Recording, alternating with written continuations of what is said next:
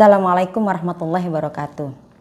Sahabat, ketika kita menyiapkan menu berbuka puasa, pas masak itu kalau nggak dicicipi rasanya kurang mantep gitu ya sahabat ya.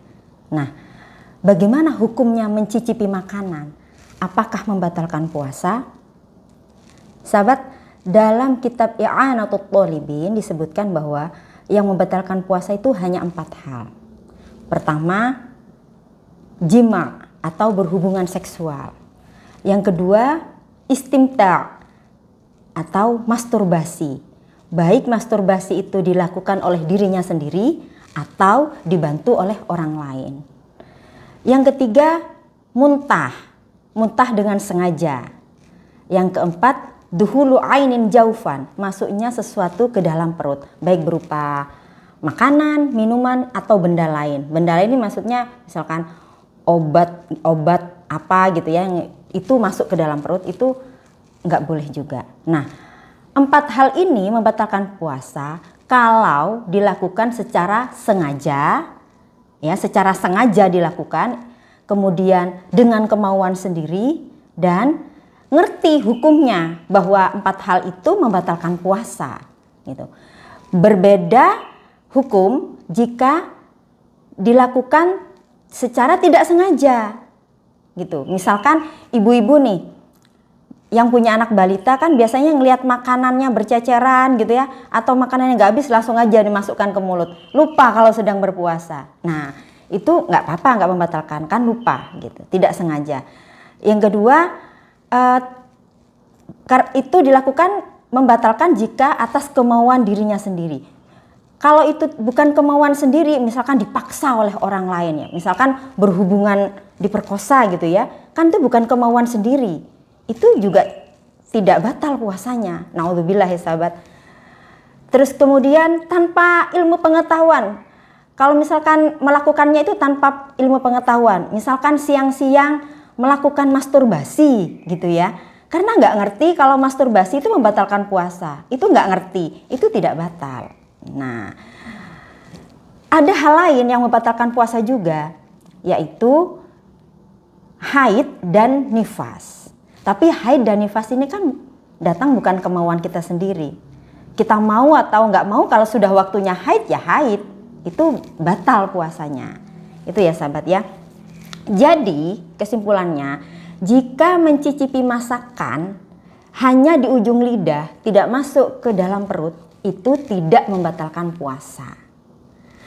Namun hukumnya makruh.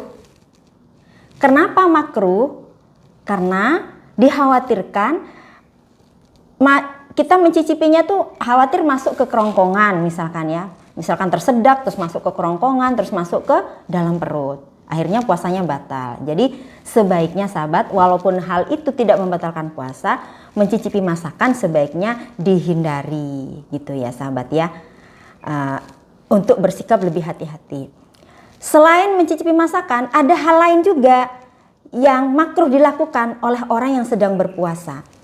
Dijelaskan dalam kitab Mughnil Muhtaj, ada 4 hal yang makruh dilakukan oleh orang yang berpuasa. Pertama tadi mencicipi masakan gitu ya, atau mengunyah makanan walaupun gak ditelan gitu, kita mengunyah apa gitu ya, misalkan mengunyah permen karet yang gak ada rasanya, gak ditelan, itu juga makruh gitu.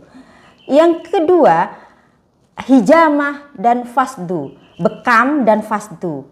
Nah, itu ketika berpuasa sebaiknya kita jangan bekam. Kalau memang perlu banget bekam, lakukan setelah berbuka puasa. Yang ketiga, berciuman dengan syahwat. Berciuman dengan syahwat. Tapi kalau misalkan suami berangkat kerja, cipika-cipiki, ya hati-hati sayang di jalan gitu ya. Tidak dengan syahwat, itu tidak dimakruhkan. Yang dimakruhkan tuh kalau berciuman dengan syahwat gitu ya. Dan yang terakhir ini ya sahabat ya. Dan yang terakhir ini saya sering melihat orang sedang berpuasa masih melakukan, yaitu berkumur dan menyedot air ke dalam hidung. Yukrahu al-matmadatu wal istinsyaku wassiwak ba'da zawal. Dimakruhkan berkumur, menyedot air ke dalam hidung, dan sikat gigi. Sikat gigi juga makruh setelah waktu duhur sampai maghrib gitu. Jadi sahabat, walaupun berkumur itu sunnah, ketika wudhu itu kan berkumur itu sunnah, tapi ketika sedang kondisi berpuasa sebaiknya tidak usah berkumur. Karena sahabat tahu ya, mulutnya orang yang berpuasa walaupun baunya kurang sedap gitu ya, di akhirat nanti akan tercium harum, dan itu lebih bagus sahabat. Demikian sahabat, wallahu a'lam bishawab, wallahu muwaffiq ila aqwamit thoriq. Wassalamualaikum warahmatullahi wabarakatuh.